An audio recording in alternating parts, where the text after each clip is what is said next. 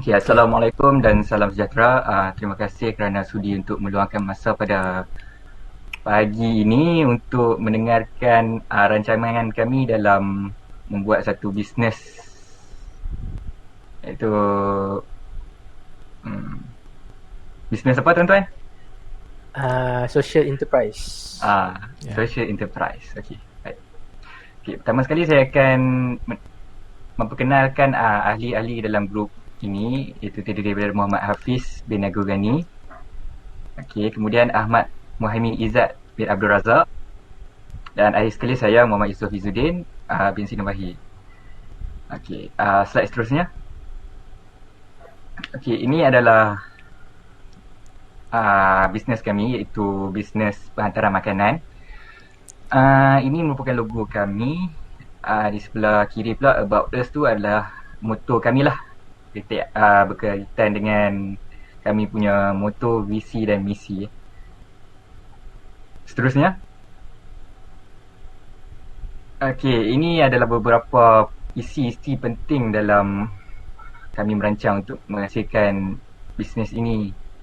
Ternyata yang pertama sekali, import.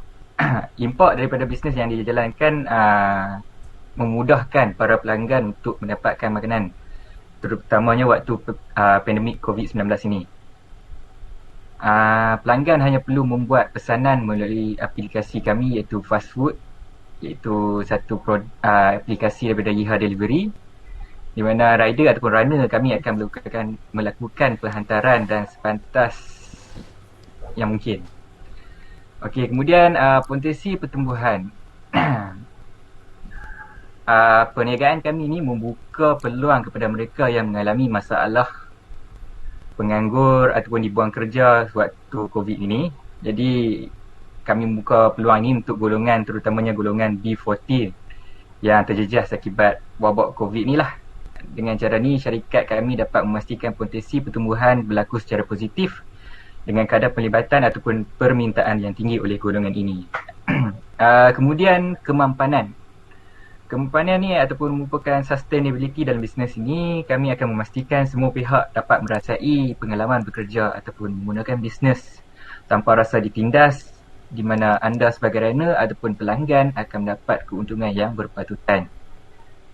Okay, saya teruskan pembincangan ini dengan Muhammad Hafiz.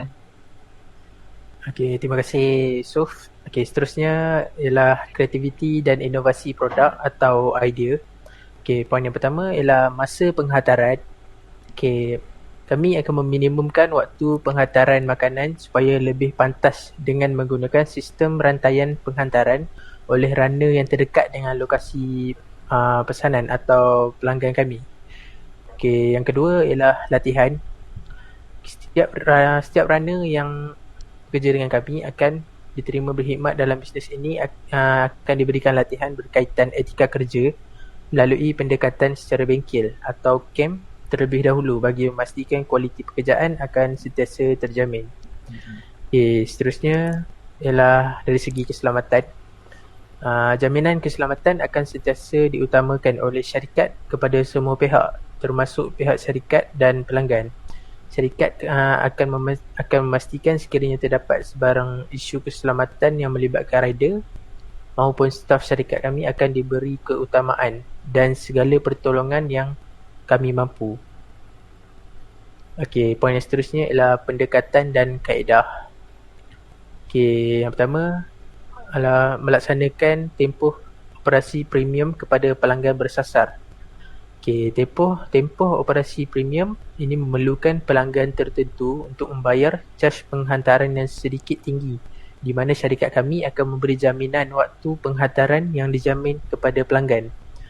Sekiranya servis penghantaran melebihi waktu yang dijanjikan oleh syarikat, maka pelanggan akan memperolehi ganti rugi daripada syarikat. Seterusnya, pengiklanan produk. Pihak restoran yang menggunakan khidmat kami boleh mengiklankan produk melalui aplikasi fast food by Yiha Delivery dan produk yang mempunyai populariti yang tinggi serta maklum balas yang terbaik akan dipamerkan di ruangan utama aplikasi kami. Dan yang seterusnya, pendekatan kepada runner atau rider. Runner dengan rating atau penilaian yang terbaik dari pelanggan akan mendapatkan manfaat dari segi imbuhan dan bantuan-bantuan seperti menaik taraf kenderaan, fasiliti mereka serta bonus yang berbaloi daripada syarikat. Okey, seterusnya saya menyerahkan kepada Izzat untuk membentangkan. Uh, Terima kasih Muhammad Hafiz. Untuk poin seterusnya ialah keupayaan pelaksanaan. Yang pertama, dari segi konsep give and take. Berdasarkan kaedah tempoh operasi premium yang dinyatakan sebelum ini, proses pelaksanaan dari segi tempoh yang dijanjikan akan sedikit memberi risiko kepada syarikat, di mana syarikat perlu membayar ganti rugi kepada pelanggan sekiranya berlaku kelewatan. Namun begitu, pelanggan juga perlu membayar dalam jumlah yang agak tinggi dari harga biasa untuk penghantaran waktu premium ini. Secara tidak langsung, ini menunjukkan berlakunya konsep give and take oleh kedua-dua pihak. Yang kedua, keupayaan aplikasi. Produk yang diiklankan di dalam aplikasi syarikat mempunyai algoritma yang membolehkan atau menetapkan produk dari restoran-restoran diberi penegasan atau tarikan untuk pelanggan membelinya dari segi waktu penghasilan makanan itu.